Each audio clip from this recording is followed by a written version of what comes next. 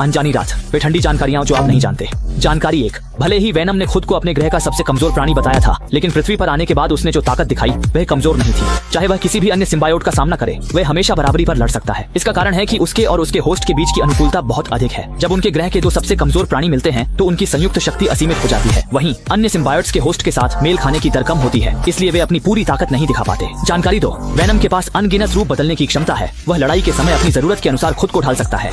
वह अपनी जरूरत के अनुसार तरह तरह के हथियारों का रूप ले सकता है, जिनमें सबसे आम है वह काली लचीली भुजाएं। यह चाल पल भर में दुश्मन को परास्त कर सकती है और चाहे कितने भी लोग एक साथ हमला करें, वेनम को कोई डर नहीं होता। जब वह राइट के साथ अकेले लड़ रहा था, तब भी काली भुजाएं लंबी ढाल में बदलकर हमले को रोक सकती थीं। यहाँ तक कि अगर वह हजारों मीटर ऊंचाई से गिर भी जाए तो वेनम अपने शरीर से पैराशूट बना सकता है, जिससे चोट को कम से कम किया जा सके। जानकारी 3, वेनम के पास जबरदस्त सीखने की क्षमता है। वह खुद को पुनः स्थापित कर सकता है। वह न केवल खुद जो देखता है उसे पूरी तरह पुनः स्थापित कर सकता है, बल्कि जब वह अपना होस्ट बदलता है तो पिछली पीढ़ी की क्षमताओं को भी पूरी तरह विरासत में ले सकता है। उदाहरण के लिए वेनम की जबरदस्त प्रतिक्रिया क्षमता पिछली पीढ़ी के होस्ट स्पाइडरमैन से आई है, जबकि उसकी अजेय स्वचिकित्सा क्षमता पहली पीढ़ी के होस्ट डेडपुल से आई है। जानकारी 4, फिल्म में वेनम की आवाज टॉम हार्डी द्वारा पहले से रिकॉर्ड की गई थी, जिसे बाद में रिकॉर्डिंग के माध्यम से सेल्फ डायलॉग के रूप में इस्तेमाल किया गया।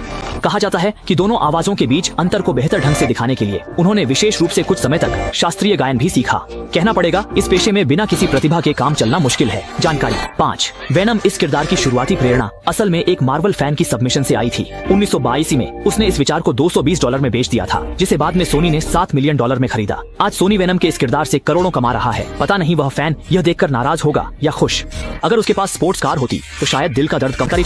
एक विशेष एलियन जीवन रूप के तौर पर वेनम अपने होस्ट के दिल की छुपी इच्छाओं को अधिकतम स्तर तक बढ़ा सकता है, जिससे वे जितने अच्छे या बुरे होते हैं उतने ही ज्यादा बुरे बन जाते हैं। उदाहरण के लिए वह कभी पहली पीढ़ी के स्पाइडरमैन पर भी चढ़ चुका है। हालांकि टोबी पूरी तरह बुरे नहीं बने, लेकिन उनके मन की सबसे बुरी इच्छा बस इतनी थी कि सुपरमार्केट से 25% छूट पर सूट खरीदें और लालची मालिक से अपनी तनख्वाह 3 गुना बढ़वाने की मांग करें। वेनम सिम्बायोट परिवार में सबसे ज्यादा संतानें पैदा करने वाला है। उसकी एक बूंद खून से ही खूंखार और खूनी कार्नेज बन सकता है, और उसके सेल्स से राइट जैसे खतरनाक सिम्बायोट भी पैदा हो सकते हैं, जो बड़ी तबाही मचा सकते हैं। बिल्कुल, वेनम तो खुद से भी प्रजनन कर सकता है और अंडे दे सकता है। कहा जा सकता है कि अगर उसे समय मिल जाए तो सिम्बायोट्स के देवता नल भी उससे दूर रहना चाहेंगे। इसमें हैरानी की बात नहीं कि वेनम मुख्य किरदार बन पाया है।